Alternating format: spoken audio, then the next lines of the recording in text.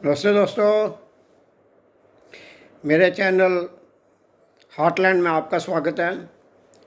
आज हम एक ऐसे विषय पे बात करने जा रहे हैं जिस विषय को हम लगभग भूल चुके होंगे, परंतु ये हमें कभी नहीं भूलना चाहिए। इसलिए आज मेरे को ये हुआ कि मैं इस विषय पे बात करूं। दोस्तों, कारगिल वार होने से पहले क्या होता था, सर्दियों में जो लेह लद्दाख उस सेक्टर में, उस पहाड़ों में जो भारतीय आर्मी और पाकिस्तान आर्मी की जो अग्रणी चौकियाँ थी पहाड़ों में, वहाँ पे बहुत सारी बर्फ़बारी होने के कारण सर्दियों में आर्मी पीछे आ जाती थी। दोनों देशों की आर्मी पीछे आ जाती थी और फिर जैसे ही बर्फ़ पिघलती थी तो दोबारा वापस चली जाती थी। तो उस दौरान जब सर्दियों में भारतीय आर्मी तो पीछे आ गई और पीछे आने के बाद जब गर्मियों का मौसम शुरू हुआ तो कैप्टन सौरभ कालिया के नेतृत्व में भारतीय आर्मी की एक टुकड़ी देखने गई कि अपनी चौकियों का क्या हाल है। तो वहाँ पे उग्रवादियों ने उनको पकड़ लिया। उग्रवादियों ने और पाकिस्तान आर्मी के जवानों ने उन्हें पकड़ लिया और उनको अपने साथ ले गए। और उनके साथ जो बाद में व्यवहार हुआ वो रूह को कंपाने वाला था। किसी की भी आत्मा तड़प जाए ये देख के या ये सुन के कि उनके साथ कैसा व्यवहार हुआ। बहुत काफ़ी देर के बाद उनकी बॉडीज़ भारत को वापस दी गई। और दुनिया में कुछ ऐसे कानून बने हुए हैं कि अगर एक फ़ौजी को पकड़ा जाता है तो क्या किया जाना चाहिए। पहले तो उनको पकड़ा गया हमारी भारत की सीमा के अंदर से ही पकड़ा गया और उसके बाद उनके साथ जो व्यवहार किया वो बर्बरतापूर्ण था। अब हुआ ये कि उनको पकड़ के लेके जाया गया और उनको इतना पीड़ित किया, इतना उत्पीड़न किया गया उनका कि उनके शरीर जब हमें कैप्टन सौरभ कालिया की बॉडी मिली और उसकी बॉडी को जब देखा गया तो उसको कोई जगह ऐसी नहीं थी शरीर पे जहाँ पे उसको काटे जाने के निशान ना हो।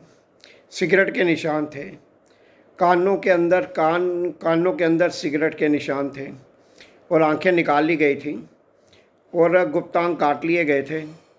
और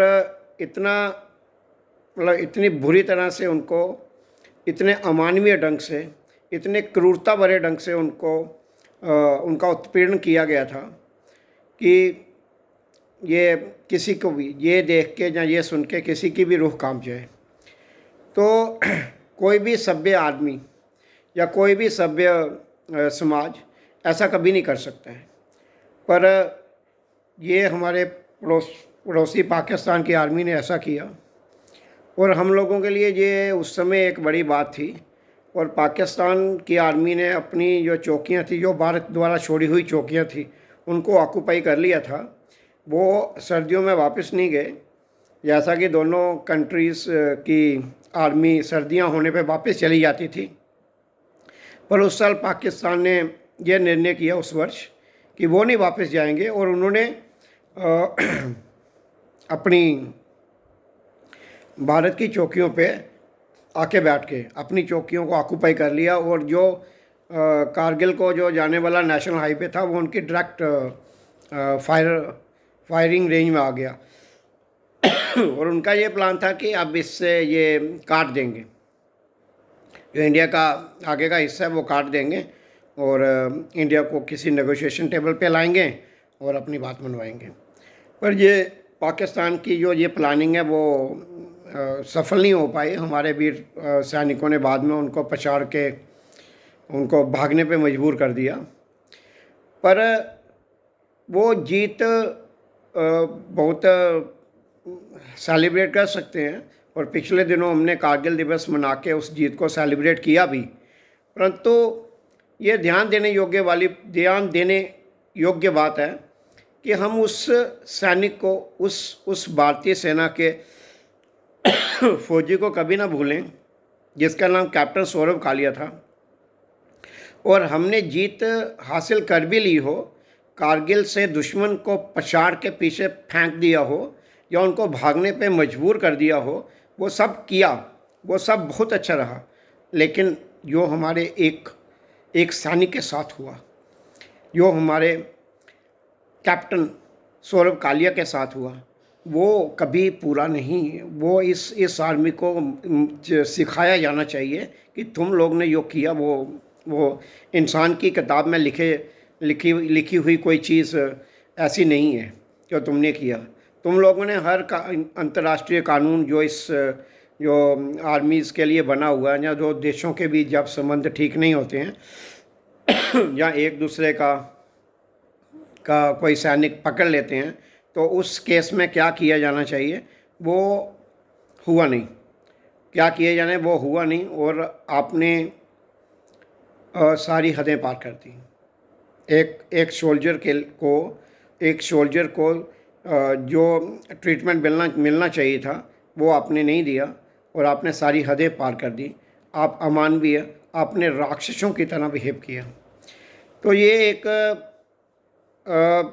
दोस्तों ये बहुत याद रखने वाली चीज़ है, और सरकारों को याद दिलाने की चीज़ है बार बार, कि सौरभ कालिया ने जो भारत के लिए दिया, अभी देश को उसे हमेशा याद रखने की ज़रूरत के साथ साथ कुछ करने की ज़रूरत भी है।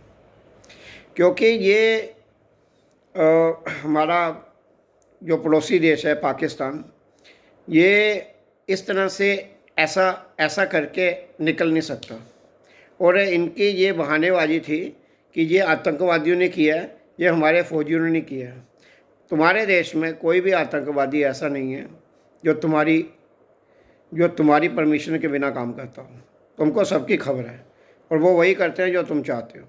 तुम लोगों ने ऐसा काम किया और बच निकलने का ये एक रास्ता ढूंढ लिया कि ये आतंकवादियों ने किया है, ये हमारी फ़ौज ने नहीं किया है। तुम्हारी अपनी फ़ौज को सिविलाइज्ड दिखाते रहे, पर बिल्कुल सिविलाइज नहीं है। ये एक बहुत ही घटिया, बर्बरतापूर्ण काम करने वाली और पीठ पे वार करने वाली, और पकड़ के जिस फौजी के पास हथियार नहीं है उसको पकड़ के उसके साथ बर्बरतापूर्ण व्यवहार करने वाली आर्मी है। ये बॉर्डर पे लड़ नहीं सकती है। बॉर्डर पे लड़ने की कुव्वत इनमें है नहीं, और इसीलिए इन्होंने ऐसी कार्रवाई करते हैं कोई और छुप के अटैक करते हैं। तो ये एक चीज़ थी जो हमें याद रखनी चाहिए। कैप्टन सौरभ कालिया जी ने जो सहा है ना, उसका शब्दों में बयान करना बहुत किसी के लिए भी असंभव है, किसी के लिए भी असंभव है। और उनके परिवार के लिए ये कितना आगे का जीवन उनके परिवार के लिए कितना भयावह रहा होगा, कितना कठिन रहा होगा, इसकी हम भारतवासियों को ये याद रखना चाहिए, और इसके बारे में सोचना चाहिए कि एक सोल्जर है, वो अपने देश की रक्षा के लिए काम कर रहा है। उसको आपने पकड़ लिया और उसके साथ वो व्यवहार किया कि सुन के भी कोई भी काम जाए। किसी जानवर के साथ या किसी वहशी जानवर के साथ या किसी दैत्य के साथ भी वैसा व्यवहार नहीं किया जा सकता जो व्यवहार आपने एक नॉर्मल सोल्जर के साथ किया है, और जिसके बारे में क्लियरली अंतर्राष्ट्रीय कन्वेंशन है कि एक सोल्जर के साथ कैसा बिहेव किया जाना चाहिए, और आपने वो सारे तोड़े, और आज तक उसकी जो सज़ा बनती है उससे अभी तक आप बचे हुए हो। भारत की सरकार को ये मसले उठाने चाहिए, और इसको मुझे लगता है ये छोड़ दिया गया है।